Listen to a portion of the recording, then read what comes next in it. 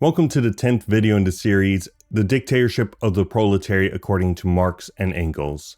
Today we'll be going over the 1874 piece by Marx, Conspectus on Bakunin, Statism and Anarchy. And this is simply the extract, which is provided by the Marxist Internet Archive. Thank you, MIA. I've subtitled this based on a quote from the text. The whole thing begins with the self-government of the Commune. In this text, Marx responds to a variety of misapprehensions Mikhail Bakunin, the anarchist, has to say about what Marx is calling for in the dictatorship of the proletariat within his text, Statism and Anarchy. In this text, Marx establishes that the dictatorship of the proletariat is a strictly temporary state of affairs and fundamentally distinct from previous historical period states owing to its self-abolishing character. The dictatorship itself only remains so long as other classes and their remnants remain, with a need for forcible and coercive means needing to be utilized in order to engage in struggle with these other classes, which must be forcibly removed or transformed. The state must also be in place in order to hasten this transformation where needed, so as to deal with issues emergent from the process of social transition. In order for the proletariat to constitute as a ruling class, it must have obtained material and social strength along with organization capable of employing, quote, general means of coercion in the economic struggle. This power over the economic struggle allows it to abolish itself as a class, and in turn bring about communism. Within the dictatorship, wherein the proletariat are the ruling class, there is no distinction between commune and territory. They are unified politically and socially, and continually become unified geographically with the end of the division between town and country. The dictatorship itself is also nothing less than the self-government of the commune, and hence the whole people. Thus the commune, territory, and dictatorship are one and the same, and are the self-government of the whole people. As such, on a material basis, the people as a whole manage the interests of the commune, because the interests of the commune are their interests. The people themselves spontaneously become active members of their political community, engaging in the issues of their time and country, and have their voices heard directly or elect delegates while engaging in communal self-defense. This spontaneous self-government of the people is functionally the negation of government, because man does not conceive self-rule, self-governance as rule. Through universal suffrage and spontaneous activity, all members of society will be part of the government, as the entire basis of the commune is in self-governance. This is possible because everyone's class interests are in alignment, and thus self-government is synonymous with collective, shared, and spontaneous political action. Policies and political acts carried out by the government within the dictatorship are synonymous with acts carried out by each individual. The state within bourgeois society is anarchic and free from the perspective of the bourgeoisie, and so it is the case that the proletarian state is felt as anarchic and free from the perspective of the proletariat. The dictatorship will have an executive committee, but that committee will be bound by the desires of their constituents through formal instructions, where should they fail to carry out the demands of their constituents, they can have their position revoked at any time.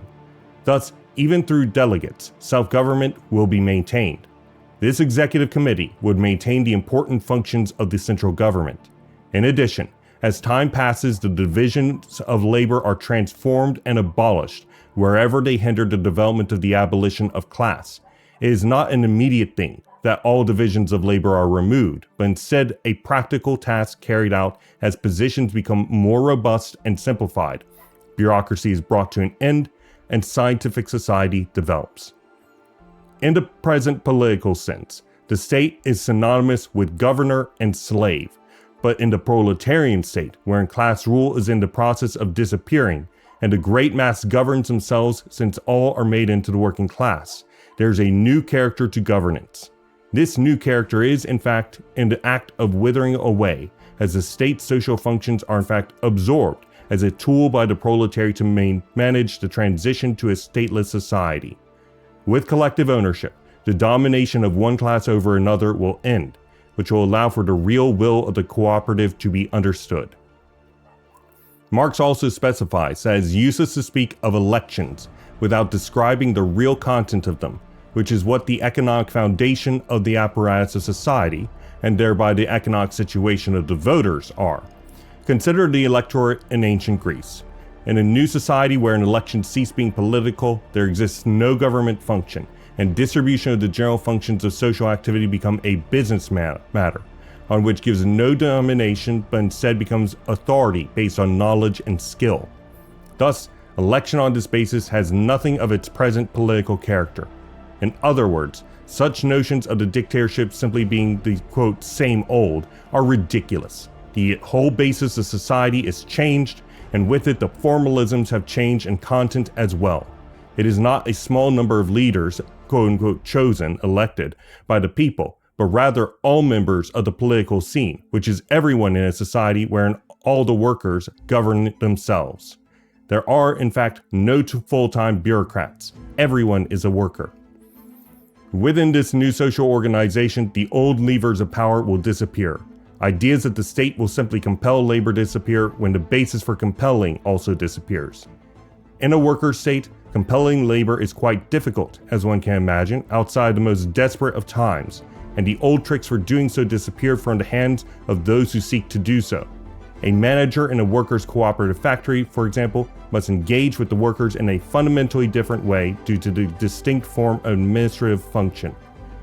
The dictatorship of the proletariat is ultimately a transitory phase, still operating in the shadow of the old society. However, it will actively and continuously employ the means for its own liberation, paving the way for the emergence of a truly communist society. This process will be marked by the gradual withering away of the state, as the need for coercion and compulsion diminishes and the people become increasingly self-governing. In this sense, the dictatorship of the proletariat is not a fixed or permanent state, but a dynamic and transitional phase in the development of human society. It is a necessary step towards the achievement of a classless, stateless society where the proletariat has become the dominant class and the state has withered away. As the people become increasingly self-governing, the need for the state will diminish, and the dictatorship of the proletariat will give way to a truly communist society, where the free development of each individual is a condition for the free development of all. And our next piece is coming up pretty soon here. We'll talk more about the withering away of the state, not immediately, but a couple pieces from now. And in the PowerPoint that I will be preparing, I will have an entire section dedicated to what that looks like, the transition from the dictatorship of the proletariat into the Gemeinwesen, into the Gemeinschaft. So look forward to that. Anyway, that is the end of my summary of Marx's Conspectus on Bakunin, Statism and Anarchy extract. If you would like to go over the quotations I've derived this summary from, of course, feel free to go into the description below and find the link to the Google Doc that I am reading off of right now. And if you would like to join the United Marxist Pact Discord server, also linked there, then we would love to talk if you have any sort of questions or comments or anything along those lines. With that said, tomorrow we will be going over my summary of the 1874 piece by Engels, The Program of the Blankest Fugitives from the Paris Commune. Thank you for joining me for today's topical summary, and I hope to see you then.